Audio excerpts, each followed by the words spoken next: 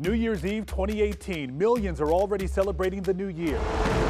I'm your host, Reese Waters. Happy New Year to the 10 people currently watching the show. Thousands of federal employees in our area are still in limbo as the partial government shutdown enters day 11. On day 17 of the partial government shutdown, day 20 of the government shutdown, Day 25 of the longest federal government shutdown. This Friday will mark 4 weeks since this whole thing started. some 800,000 federal workers remain on furlough or they're working without pay. We need paychecks. There's nobody to help me. There's nobody.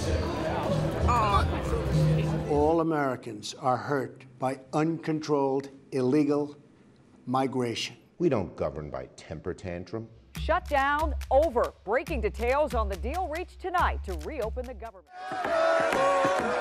It appears to show students from the local Catholic high school acting disrespectfully towards Native American elder Nathan Phillips, a group known as the Black Hebrew Israelites, seemingly taunting those students. My position is that I was not disrespectful to Mr. Phillips. I respect him. I'd like to talk to him. The news at 11 begins with breaking news, a huge story that's developed fast since you left work. Controversy over a photo from Virginia Governor Ralph Northam's medical school yearbook. An overwhelming number of people are on the same page, from 2020 presidential hopefuls to the NAACP. We have called for the resignation.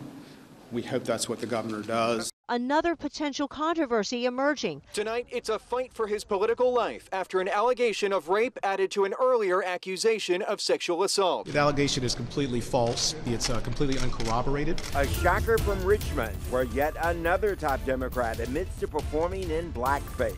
There was an audible gasp in the newsroom yesterday when that statement came out from the Attorney General. He admitted to wearing blackface himself. People here describe the situation as mind-boggling. Go-Go music fans have a message, and it is don't mute D.C. We can't cut off the Go-Go. DC made Go-Go. So this story took off. We covered it last night at 11, the Don't Mute DC movement. Music has been played outside the Metro PCS store in Shaw for decades. But now the store owner says someone living in the area is threatening to sue. Now, you know how DC does things. They took action. Council members have sent letters to the store's parent company, and a Change.org petition is up to almost 47,000 signatures tonight. Everybody, black and white, coming together to do what's right. We can announce that this music will continue on 7th and Florida Avenue. You heard them. Go-Go music is here to stay. All eyes on Capitol Hill ahead of a historic hearing. Mayor Muriel Bowser and other city leaders go before Congress to call for D.C. statehood. There were long lines both outside and inside the Capitol building. Dozens of people waited for a seat to witness history. The capital of every country in the democratic world has the same rights as everybody else. It's a matter of fundamental democracy and ending taxation without representation.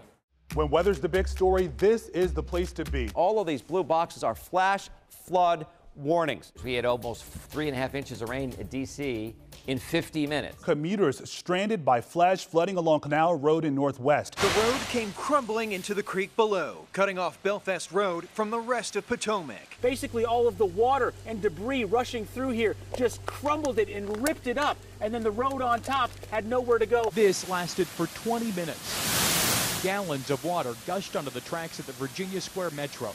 Trains sped under the water, dousing riders inside them. It turned Pemmott Run into a monster, tearing up fences and a cinder block dugout. I'm 6'1", and this is how high the water was here. Too much water in too little time. Thousands of young people marched to the Capitol this morning calling for action on climate change. It was loud. This is what democracy looks like. It was heartfelt. Hey, hey, ho, ho. Climate change has got to go. It was urgent. Hundreds of demonstrators take to the streets with one purpose: to shut down D.C. Let me set the scene. Protesters took over the road, blocking it with this silver car with a person attached to it and this red van with 2 people on top.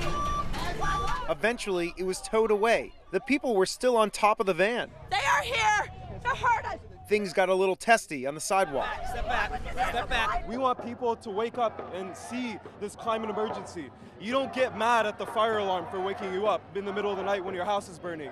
You act, you get out, you save your kids. That's what you do.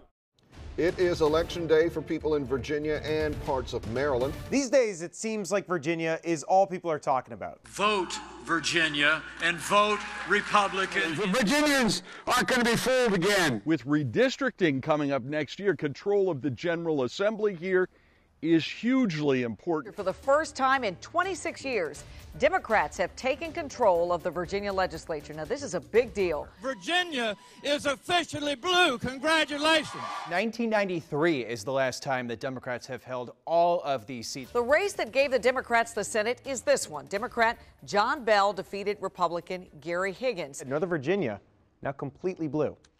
This is the kind of breaking news that we like talking about. The Mystics have just won their first WNBA championship title. People here in Southeast are excited. The Mystics were able to pull it on through. You can see everyone loves a winner.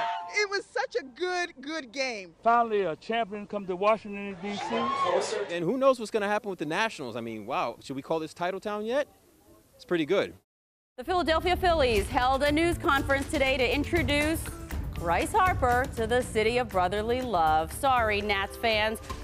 All right, if you were in D.C., there was pomp, circumstance, and a pitcher's duel on opening day at Nats Park. This team was 12 games under 500. 12 games under 500. The Nationals have now dropped 9 games below 500 after losing 6-2 to the Mets. So I have one word for that, and that is struggle. And they battled all the way back. Our Washington Nationals, one step closer to the World Series after beating the Dodgers. You go to L.A., you crash the party. Here, we're going to get to Darren Haynes right now, where it is just bananas.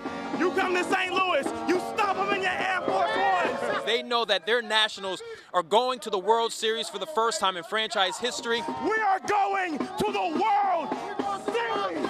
Get on up, D.C. I'm your host, Reese Waters. Juan Soto, you're my boy Blue, coming to you live outside of Minute Maid Park in Houston, Texas. Incredible. Tremendous.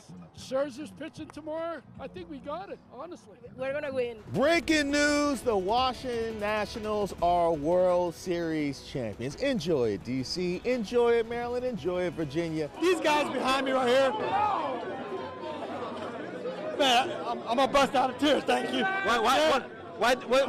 They mean the world to me. What they accomplished this year hasn't been accomplished in a very, very long time, and I'm proud of them. The entire area of Navy Yard was just electric. Let's go, Nats!